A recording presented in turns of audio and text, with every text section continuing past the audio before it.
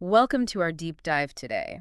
We're going to be tackling this thing called the capital cycle. Oh yeah, the capital cycle. Yeah, have you ever heard of it? Oh yeah, it's a fascinating concept. It is, and you know what's funny is we often think about like fashion trends being cyclical, Hmm. right? Like bell bottoms, they come back every 20 years or something. Right. But what's interesting about this is the same kind of cyclical pattern applies to entire industries. Yeah, and understanding that pattern, that's where the real power comes in, especially when it comes to investing. That's what we're going to be talking about today. So Really, it's like a hidden pattern in the economy. yeah, it's all about the flow of money in and out of these different sectors. Right. So those bell bottoms from the 70s, everyone's like, oh, those are so cool. And then the market's flooded. Yeah. They're out of style. Nobody wants them anymore. Nobody wants them. But instead of like outdated clothes, we're talking about companies, factories. Entire industries. Yeah, they boom. And then sometimes they bust. And just like knowing what fashion trends are about to take off Yeah. can make you the most stylish person in the room. Right. Being able to spot the warning signs at the capital cycle, that's like having an investing superpower. I'm hooked already. So we're going to try to unpack this whole capital cycle thing using some great sources that you sent me. Yeah, And this is going to be good. I think we're going to have a lot of aha moments. And here's the thing, even if you're not like a hardcore investor, Yeah. if you're thinking about switching careers, launching a new product, or hey, maybe you just want to sound really smart at your next party, Right. this is actually really, really relevant stuff. Absolutely, because it's all about recognizing patterns, Right. understanding why people make the decisions they do, Mm-hmm. and using that knowledge to make smarter decisions. Perfect. So let's start with the basics. Like, what is this capital cycle and how does it actually work? So the capital cycle describes how investments flow into and out of industries, Mm-hmm. and it's really driven by the returns that those industries are generating. So you have an industry that's doing really well, delivering high returns, Right. and that attracts more investment. Yeah. Everybody wants a piece of that. Yeah, of course. That leads to more capacity, more competition, Uh-oh. and eventually those profits start to shrink. They start to erode. Okay.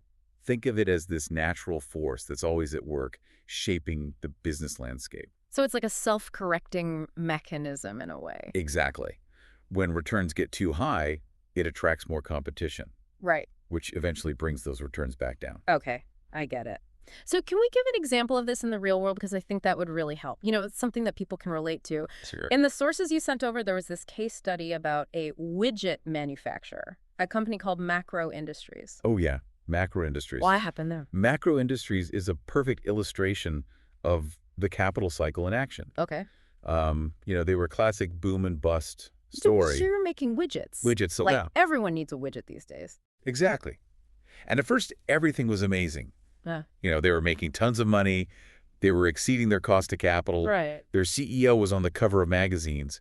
They were riding high. So they were the darlings of Wall Street. They were the darlings. Okay. So what did it do? They saw this strong demand, and they decided to invest heavily and expand their capacity. Classic capital cycle upswing. Classic. Yeah, okay. They saw the good times, and they figured they would last forever. Don't we all? And for a while, it seemed like they were right. Right. Investment bankers were happy their stock was soaring. Champagne and caviar. But then fast forward 5 years, reality set in. What happened? Well, that overexpansion combined with more competition. Oh, so other people started making widgets too. Exactly. Yeah. And then a sudden slump in demand Oh, no. led to a collapse in profits. Ouch. The CEO got fired. Oh. Activist investors came in Like vulture. like vultures, Hmm. and the stock price plummeted. It all went downhill really fast. It did. The downside of the cycle. So this capital cycle, it's powerful stuff. It is a powerful force. But here's the question that I have. If this pattern is so predictable, Yeah. why do so many smart people, like CEOs and investment bankers, they get caught up in the frenzy and make decisions that later on you're like, Right. what were they thinking? It's a great question, and one that behavioral economists have spent a lot of time trying to understand. So what do they say? Well, one of the key concepts is this idea of competition neglect.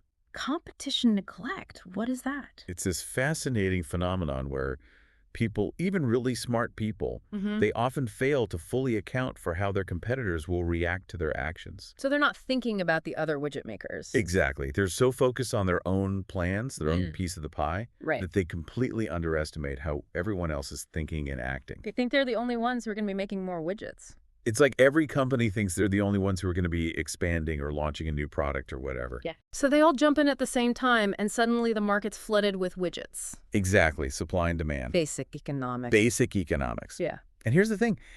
It gets even worse when there's a delay between actions and consequences. Explain that. Think about it.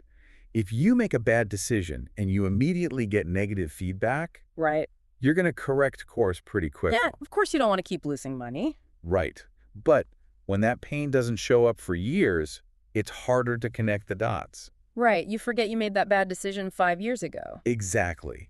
It's hard to learn from your mistakes. And isn't that kind of built into the capital cycle? It is. It takes time to build those factories, hire all those workers. Right.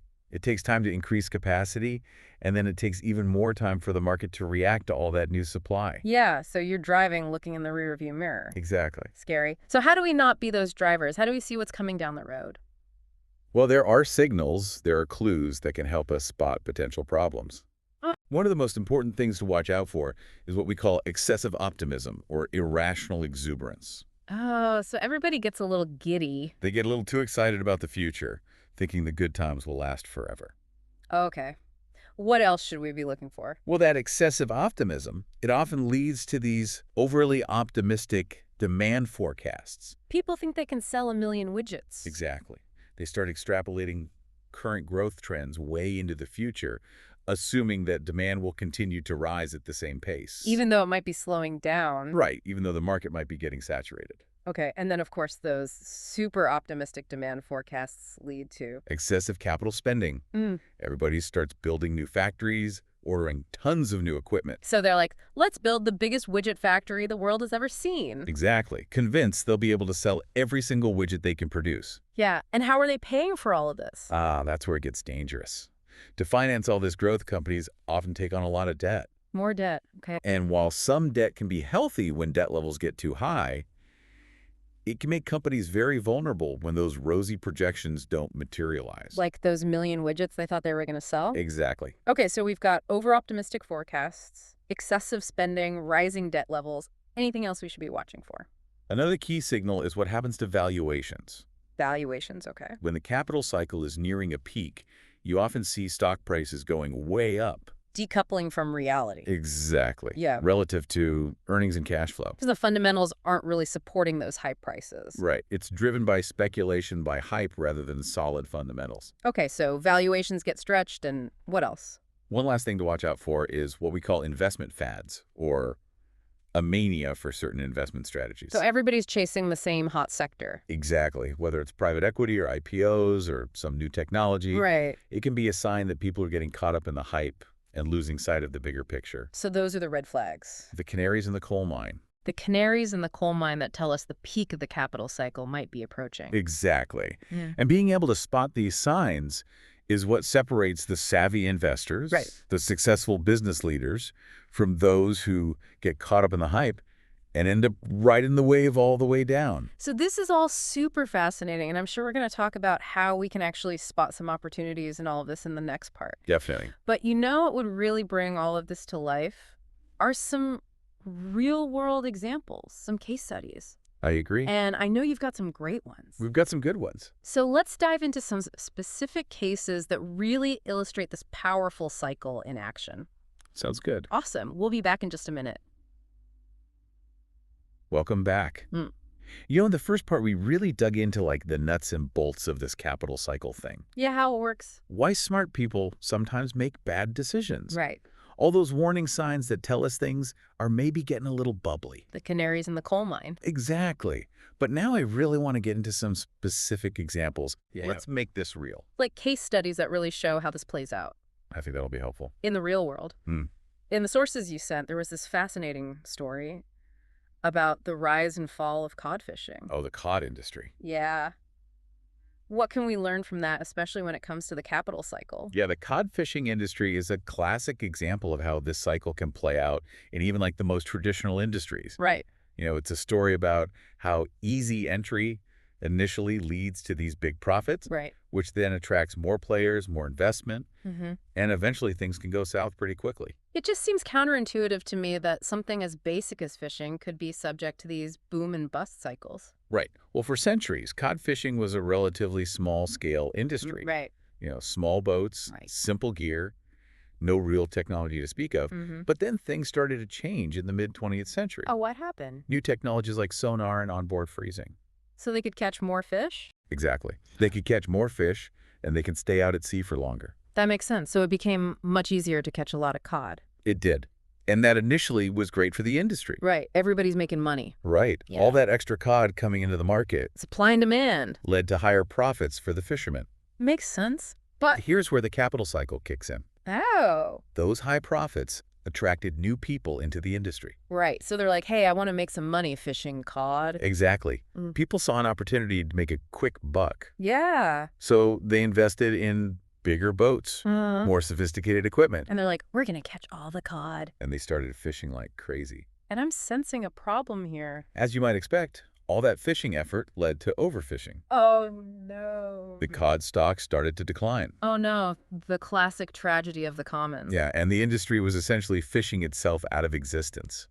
So what happened? Did the industry just collapse? It came close. Uh. Governments had to step in with strict quotas Right, to try to save the fish. to try to save the cod stocks. And the industry went through this really painful restructuring. Wow. So that's a really powerful example of how this capital cycle can have these real-world consequences. It's a good one. So we need to be aware of when a boom might be turning into a bust. Absolutely. Got to spot those signs. Speaking of signs, that brings us to another interesting case study, this time from the world of beer. Oh, beer. I love beer. So this one I think will resonate with me. It's the story of how the beer industry went through this period of intense consolidation. Yeah, lots of mergers and acquisitions. Right, and I'm guessing with major implications for consumers like me. Oh, yeah, definitely for consumers and for investors. So before we get into that, can you just remind me, what does consolidation actually mean in this context? So consolidation is essentially when an industry goes from having lots of small players to being dominated by just a few big ones. Right. And it often happens through these mergers and acquisitions. Mhm. Big companies buying up smaller ones. Right, or the smaller companies just going out of business. Exactly. So what happened in the beer industry? Yeah, what happened? Well, for decades, the beer market was relatively fragmented. You had lots of regional breweries. Right. Smaller brands, they were all competing. Local craft breweries. Exactly. Yeah. But starting in the late 20th century, you saw this wave of consolidation sweep through the industry. So why did that happen? Well, there were a few factors at play. One was the rise of these global brands, Like Budweiser. with Budweiser, Or Heineken. Heineken, exactly, and these large-scale production facilities. So they can just make a lot more beer? Yeah, they could produce beer more cheaply, Right. distribute it more widely, Right. and they could outspend the smaller competitors on marketing and advertising. So the big guys just had all these advantages. They did. They had economies of scale that the smaller brewers just couldn't match. So it was hard for the little guys to compete. It was, and the larger brewers, they also had more bargaining power with the retailers. So they could get their beer on the shelves more easily. Exactly. They could get better shelf space and negotiate more favorable pricing. So it made it even harder for those small craft brewers to get their beer out there. It did. What was the impact of all of this on, people like me, beer drinker? Yeah, well, on the one hand, consolidation did lead to a wider availability of popular beer brands. Okay, so I can find my favorite beer pretty much anywhere. Pretty much anywhere. Okay, that's good. And did it lead to lower prices? That's where it gets a little tricky. Oh. While consolidation did bring some benefits, it also had some negative consequences. Okay. One of the most significant was a reduction in competition. Right, because all the little guys were gone. Exactly. With fewer players in the market, the big brewers, they had more pricing power. So they could raise prices. They could, and they did. Because they knew people would still buy their beer. Exactly. They didn't have to worry about losing market share to smaller competitors. So we ended up paying more for our beer. In many cases, yes. Huh. And this brings us back to the capital cycle. Okay. When an industry consolidates, it often leads to higher profits for those remaining players. So Anheuser-Busch and Heineken, they're making more money. Exactly. And those higher profits attract even more investment, Right, so the cycle continues. which can further fuel the cycle. Wow, so it's like this self-reinforcing loop. It can be. It's interesting to think about how all these big trends like consolidation, they're all driven by these same underlying forces as this capital cycle. Right, it's all connected. Are there other examples from other industries that we could talk about that maybe illustrate this even more? Oh, absolutely. Huh. Let's shift gears from the happy world of beer to something a little more, More serious. buttoned up. Okay, I like it. The banking industry. Oh, yeah. Banking has always been prone to the excesses of the capital cycle. Yeah, I can see how banking would be susceptible to these booms and busts. Right. I mean, it's all about money. It is. What's a good example of Yeah, that? give me an example. One of the most dramatic examples in recent history is the story of Anglo-Irish Bank. Anglo-Irish Bank. This was a major player in the Irish banking system. Okay. And it's a cautionary tale about the dangers of excessive lending, risky funding sources, and ignoring those warning signs Right. that we were talking about earlier. Okay, so set the scene for me. What happened at Anglo-Irish Bank? Well, for a time, Anglo-Irish Bank was like a darling of the Irish economy. So they were the it bank. They were the it bank. Okay. They experienced this rapid growth fueled by lending to property developers Ah, real estate. during this period of soaring real estate prices in Ireland. So they were riding that property bubble. They were riding high. What could go wrong? Well, as we know, bubbles eventually burst. Yeah, they always do. And when the Irish property market crashed in the late 2000s, Ah. Anglo-Irish Bank was left holding a mountain of bad loans. All those property developers couldn't pay them back. Exactly. Mm. The music stopped and they didn't have a chair. So what happened? Did they just go bankrupt? They did. The Irish government had to step in with a massive bailout Oh, wow. to prevent the collapse of the whole Irish banking system. That's scary. It's a very costly rescue, and it had a huge impact on the Irish economy. So that's a really stark reminder of how quickly things can go wrong when the capital cycle turns. It is. And I think we've seen the dark side of this cycle, the busts, the collapses. We have. But in the next part, I'm hoping we can maybe explore the brighter side, Okay. the opportunities that the capital cycle creates for, maybe savvy investors. Or entrepreneurs. Yeah. Absolutely. So stay tuned for that.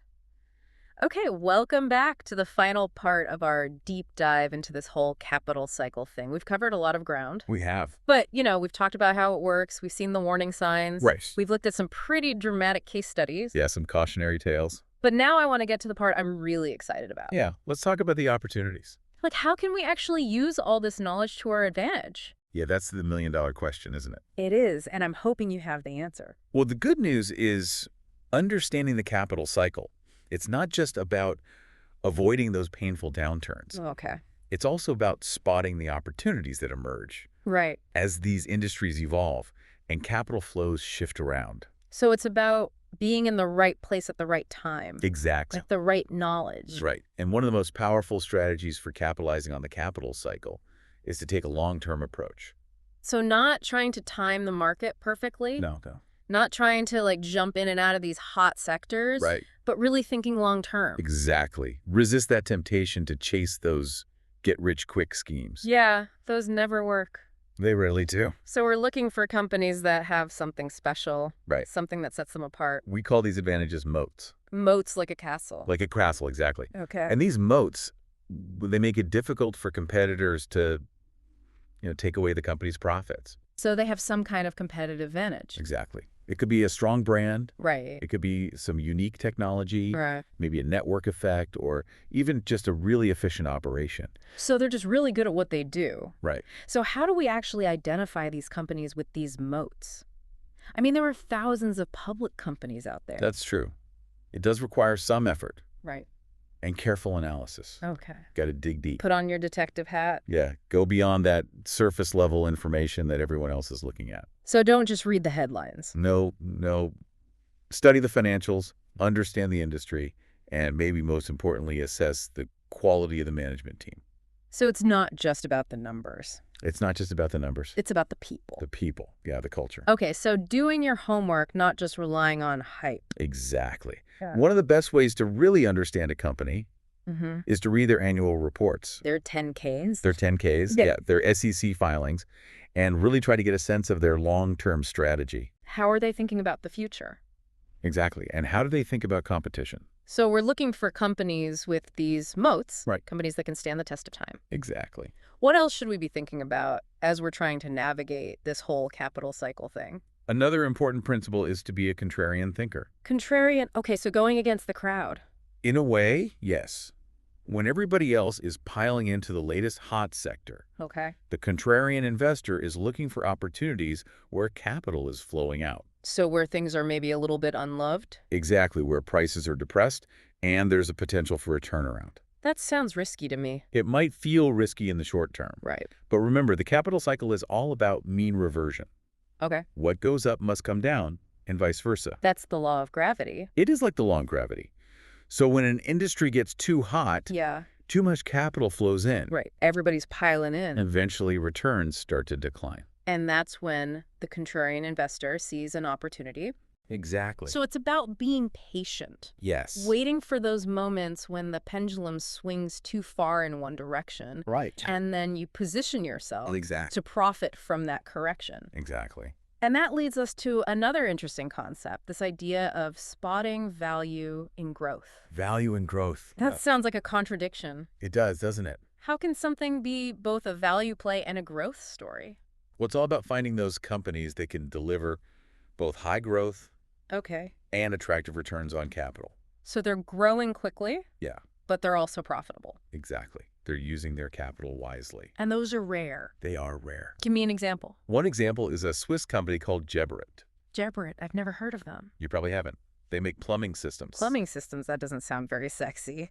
I know it's not exactly a glamorous industry, but here's the thing.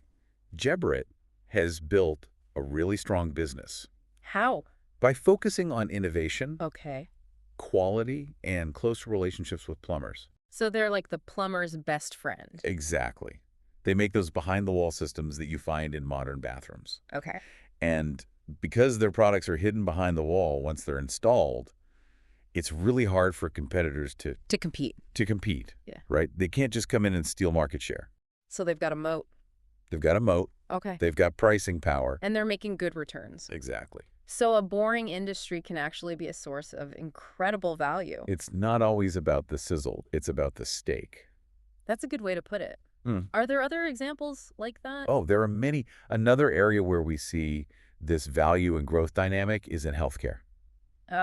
Think about companies that make dental implants Okay. or hearing aids. So again, not very exciting industries. Not super exciting, but these are essential products. Right. They often have high switching costs. Once you've got a dental implant, you're not going to switch very easily. Exactly. And there's often a close relationship between the provider and the patient. So they got those moats, They've got those moats. and they can generate those high returns Exactly. over long periods of time. Even when the economy's doing poorly. So we've got long-term investing, contrarian thinking, spotting value and growth. Anything else? One more thing that's often overlooked is the importance of corporate culture. Culture. How does that fit into all of this? A positive corporate culture can be a huge competitive advantage. Really? Yeah, it can help attract and retain top talent. Okay. It can foster innovation, Right. and it can build loyalty among customers. So it's not just about the numbers, it's about the way a company treats its people. Exactly. It's about their values, the way they operate. Okay. And as investors, we can look for clues about a company's culture. So how do we do that? Well, you can examine their executive compensation plans, Right. look at their employee turnover rates, and even just how they interact with their customers and suppliers. So we're looking for companies that are not only financially sound, Right. but also ethically sound. Exactly. Companies that are doing things the right way. I like that. Because in the long run, companies that treat their stakeholders well, Their employees, their Everyone. customers, community. they're more likely to create sustainable value Yeah, for both their shareholders and for society as a whole. that's a great point. So remember, the capital cycle is a powerful force, It is. but it's not something to be feared. We can use it to our advantage. By understanding how it works, by recognizing the risks and the opportunities it creates, Right. you can make more informed decisions and achieve better outcomes. So as you go about your day, keep the capital cycle in mind. Absolutely. Look for those warning signs. Those moments of irrational exuberance. Right, but also be on the lookout for those hidden opportunities Yeah, those companies that are quietly building moats. and creating value in the right way. Exactly. And don't be afraid to think differently to challenge the conventional wisdom. and to chart your own course. That's right, because the greatest rewards often go to those who are willing to go against the grain. Well, this has been an incredible deep dive. I agree. I feel like I've learned a lot, Me too. and I hope our listeners have too. Thanks for joining us. Until next time, keep learning, keep exploring, and keep diving deep.